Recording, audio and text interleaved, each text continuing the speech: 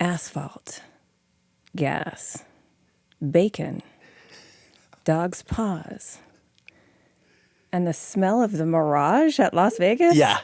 Ladies and gentlemen, we have Scott Marlow in studio today.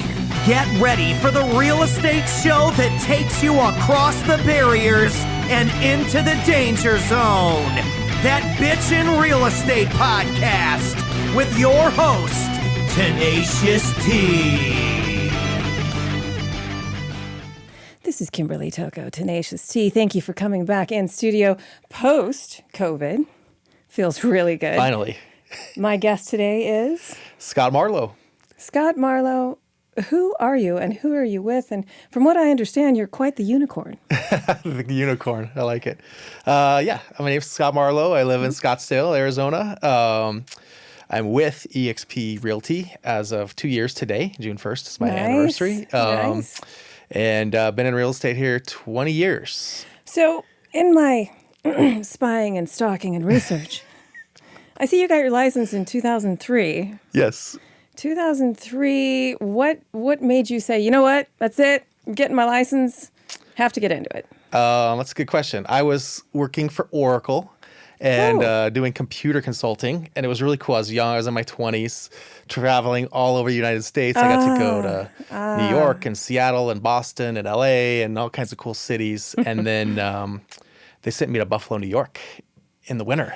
Okay, so let's pause this just for a moment. You're a computer whiz? No, not a computer whiz. So, but I was doing computer consulting. So I was the what they call. I was the guy that went between accountants who were using the software and the engineers. So yes, so sales really. Yeah, sales, consulting, and training, and all that type of thing. So one they day billed me out at $300 an hour, and I was like 24. And Capgemini, Ernst & Young. I'm in the wrong. I went to Mattel and AmeriQuest Airlines and all kinds of cool companies like that. So what was the most exotic place you got to fly to in that position? I don't know. I mean, it was all within the continental United States, so nothing exotic, but I had an expense account, so I was staying at JW Marriott's and W Hotels, and, I could eat wherever I wanted and order so this wine. Is a Scott Marlow. How old were you I was like mid-20s, maybe 24, oh boy. 25. Yeah. Oh, boy. A traveling Scott Marlow, staying at the best hotels. Yeah. Did corporate you Amex cause in my pocket. A little trouble, maybe? The corporate Amex would never get questioned. So, yeah, I went to baseball games and all the different stadiums all around. So, nice. I've been to like half of the baseball stadiums. So, I still get assuming baseball starts again, I can check And you off. know how I feel about baseball. Yes. So, that's amazing. Yeah. So, what are the other stadiums you haven't been to yet? I haven't been to San Diego. Nice. That one's going to happen hopefully this year if baseball starts going. Yeah. Where else have I not been? I haven't been to Kansas City, Milwaukee. Why is baseball stadiums important? Did you play baseball? I played baseball. I collected baseball cards. I had my own business card, and I'd go to baseball card shows on weekends when I was a kid, and I make money buying and selling baseball cards. So even as a kid, you were in sales. Yes. Yeah. I had interesting. a business card. It was called Grand Slam Cards with my name and my home phone number on there. I love it. I love it. No cell phones back then. But, yeah. So again, you're traveling around, you're computer consultant in sales, and 2003 comes around and...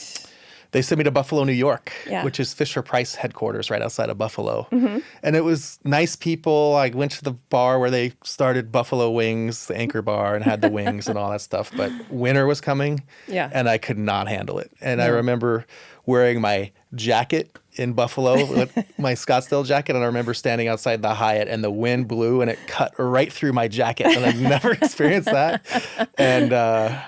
I flew home one day. And instant frostbite or? Yeah, instant frostbite. And I was flying back and forth every weekend. I'd go there and back to Phoenix. And they let me keep the same hotel room. So I kept my work clothes there. I had my slacks and dress shirts and everything there.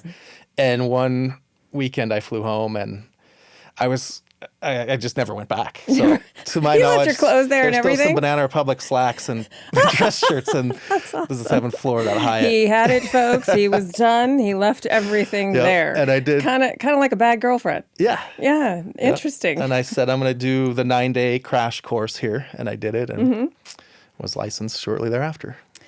So you get licensed. Yep. And what do you do?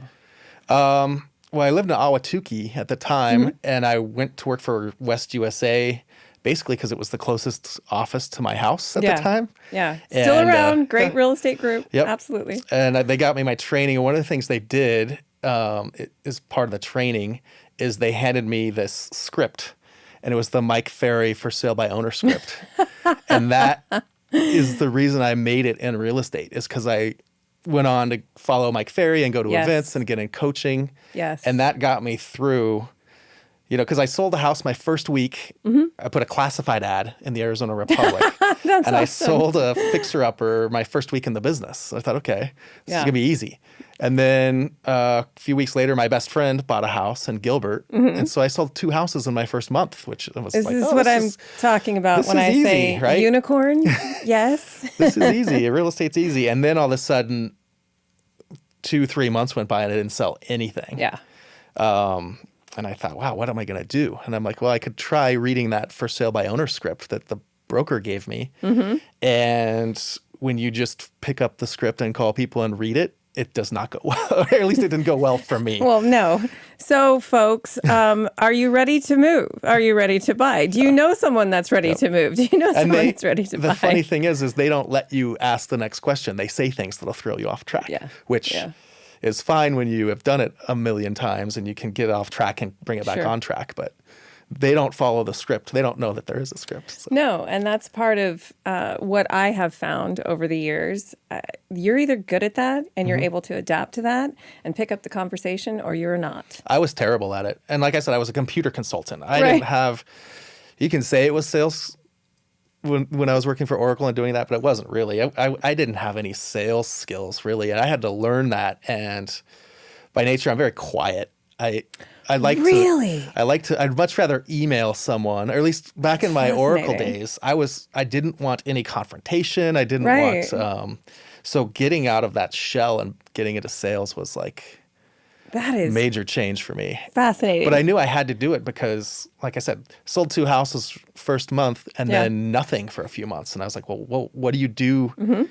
I mean, I took the test. I know how many square feet are in an acre and stuff, but you don't know how. I forgot that part. 43,000. 43,000 and change. Something. Yeah. Yes, that's what I say. Yeah. 43,000 and change is your acre. Yes. Yep. But it didn't teach you how to sell. No.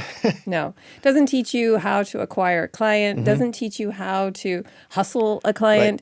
You really have to find your niche. So you've sold a couple houses and then 2 and 3 months go by. You're not selling houses. You decide to give the script a try. How many calls would you think, or how many months did you go through before it started clicking for you? It was a good 6 months or a year. And what I was failing at it miserably. And somehow I think I signed up on the Mike Ferry website and they sent me this cassette. I'm dating myself. I'm talking about classified ads and cassettes, and you can tell I'm old. But so yeah, they gave me this cassette. It just randomly showed up in the mail one day, and it was Tom Ferry, Mike's son, who at that time was working for Mike Ferry, and I think it was 4 other agents, and they would role play handling objections. Yeah. And these guys were like ninjas, and I was like, oh my god! It was Inder Ilkay and Neil Schwartz. And a couple other agents I can't remember right now. But I wore that cassette tape out. And I was like, if I can learn to handle objections like these guys do, then I can make money at this. Yes. And I thought, wow. And the cool thing about it is it's infinite. It's not like advertising where you have to invest $1 and try to get back $5 or $7 or $10. You can pick up the phone and say words and it doesn't cost you. You can do it. Yes. As many times as you want. And once you learn the skill, there's no money. I don't have to pay monthly. Exactly. I just have to let words come out of my mouth. You're not farming. You're not having magazine ads, running Facebook ads. You're just picking up the phone and you're calling. Yeah. Where do you get the names? That's what a lot of agents want to know. Right now, the best place to go is Zillow. So you go to Zillow, it has a map, you zoom in, zoom out, whatever area, just like you're looking for a house. And then there's check boxes for what's for sale. You uncheck by agent and coming soon. And they used to have make me move. But all I leave checked is by owner. So you're targeting for sale by owner. Correct. The FSBO Dude is Yep. kind of what I like to call Yeah. you. And you do kind of have a Midas touch when it comes to that. From, it sounds like, your months, years of developing not only the script adaptation to your own talents, but you're killing it with that. You can, if you focus and you sit down, how many, let's say out of 100 calls, how many do you think you really connect with and make appointments with? 1 out of 3. Wow, that's incredible. Oh, that's amazing. Yeah. That's a huge percentage rate. It is. Yeah. And it's changed over the last, like when I first started, there's a script. The Mike Ferry script, I think, has 13 or 15 questions on it. Right. And in 2003, 2004, people would stay on the phone long enough for you to answer all those questions. But in 2020, no. No. You're lucky if you get 3 or 4 answers. And then someone's getting a text, or their kids are in the background, or they're getting another call, or they got to go. So I've condensed that down to 3 questions. So basically. here we are, having floated through, let's just call it a complete change of the world of 2020 and the COVID and everything else that's going on. You've noticed a huge change in the reception and response of the caller on the other end. Is that correct? Yes, yeah, quite a bit. But it still goes back to motivation. Okay. There's still people that have to move. Yes. And they're still willing to do it. What I'm seeing is there's less people advertising their house for sale by owner, but the ones that are they need to move. Yes. No one's letting people in their house for the fun of it anymore. No. And you said you've narrowed it down to 3 questions. Do you mind sharing your 3 questions? Yeah, it's where, why, and when. So where are you moving? What's taking you there? And how soon do you want to be there? Oh, I love And if there's motivation to that where, why, and when, and you say it more excited, and if you say it excited and you care, they're gonna answer you. Kind of like if you told me you got a new car and say, oh wow, what'd you get? And you say, oh, I got a Lexus. Oh, cool. Which Lexus did you get? And if it's like that, and you're like, I got the SUV and it's black and it's got because tan you're showing interior. interest and enthusiasm for what they're doing or what they're trying to accomplish. Exactly. I love that. And I don't think many other people that are calling them do that. And because I do, that's why I get better results than most. And I don't make it about... You give a shit. Yeah, I do give a shit. And I don't make it about setting a listing appointment or list with me. I try not to even say those words. I say, let me help you get to Michigan. If I could help you get to Michigan to, raise your son in the Midwest around your family, right? And I could do that, and I could put the same amount of money in your pocket even after you paid a commission. Would you be open to that? Love that. And they say of course, yes. Yeah. 1 out of 3 times they say yes. Can I put you on the spot? Now we can splice this out if you want to, but can I put you on the spot and we'll pretend a phone call? Absolutely. Okay, so I'm going to be. Let's pretend it's a for sale by owner. It's a $400,000 home. I'm trying to sell it for $450,000. It's been sitting. We're in 85254, and you find my name and you're calling me. So I'm going to go ahead and pretend. All right. Ring, ring. Hello. Hello. I was calling about the home for sale by owner. Is this the owner? Yes. Hi, my name's Scott Marlow. I'm a local real estate agent in the area. I'm working with a lot of buyers. Oh my God, I get all these calls. Do you really? Yes. I bet you do. I do. Well, I'm working with a lot of buyers and sellers in the area, and I was just wondering, how can I help you? So how many buyers do you have? Are they actually interested in my house? Because I've had so many phone calls and they all say they have buyers, and it turns out they don't have buyers. They just want to list my house. Ouch. Okay. Yeah, there's a lot of lying realtors out there, huh? Yes, there are. Well, absolutely. Let me ask you this. If you did sell this house, where would you go next?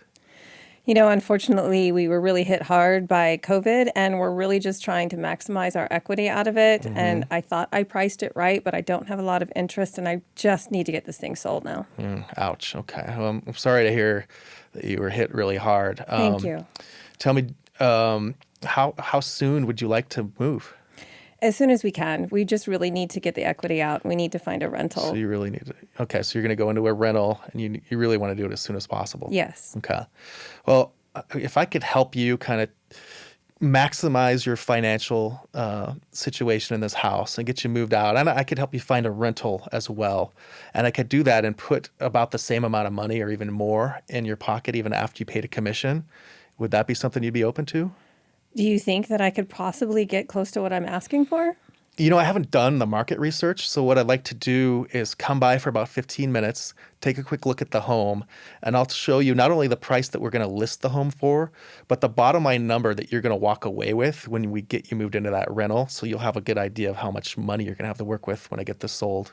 How soon can you get here? It'll only take about 15 minutes. I have some time today at 2, or would today at 4 be better for you? 4 o'clock, let's do it. That was amazing. I'm sold. See, that's how you do it, folks. It's easy as that, right? Yeah. Easy as that.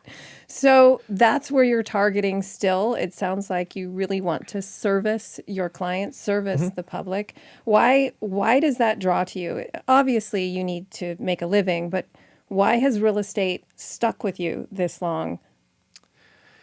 I think it's finding someone who needs help, and your service is the help they need. It's pretty cool. And when the market tanked in the Great Recession, I took a couple of telephone sales jobs where I was selling IT training. And I'd always have to talk to someone and get through their secretary or the gatekeeper or whatever. And you'd call through these lists, and half the time you're not even talking to the decision maker. How cool is it that in real estate, for sale by owners, put an ad online that they need your service. Yes. And here's my phone number, and I have a house to sell. And very true. Here's some pictures of the house. And never thought about it that way. They're actually have an ad out for you to help them. Yeah. That's amazing. Yeah. That is and such a great attitude. You can take it a step further, and if you read the ad, you can get an idea of what their personality style is. So interesting.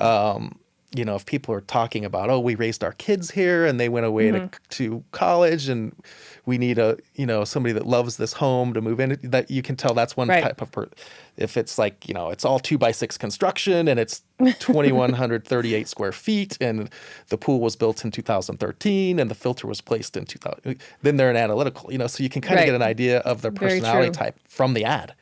So you're using a lot of psychology as well. Absolutely. Yeah. And I do find that most of us in real estate do apply empathy, psychology, really putting yourself in the shoes of that person so you understand them more. You want to be versatile. People want to work with people that are like themselves. Yeah. So if you could be a little bit more like that, it can serve you and help you to serve them in the end. I do want to talk a little bit about the smell of the Mirage in Las Vegas. Now, I have been there several times. I can relate a little bit. There's a little bit of that musty smell in the lobby. No, I'm talking about, I smell like a Hawaiian tropic coconut type of smell that I think they pump into the lobby. That might just be the people walking around with sunblock. It could be, but I notice it every time I walk in. That is very interesting. A lot of the different casinos have a distinct smell. The yes, New York. You're a casino guy then. I used to be. Yeah, you used to be. There seems to be maybe someone in your life now that kind of floated in. Yeah. Let's talk about her.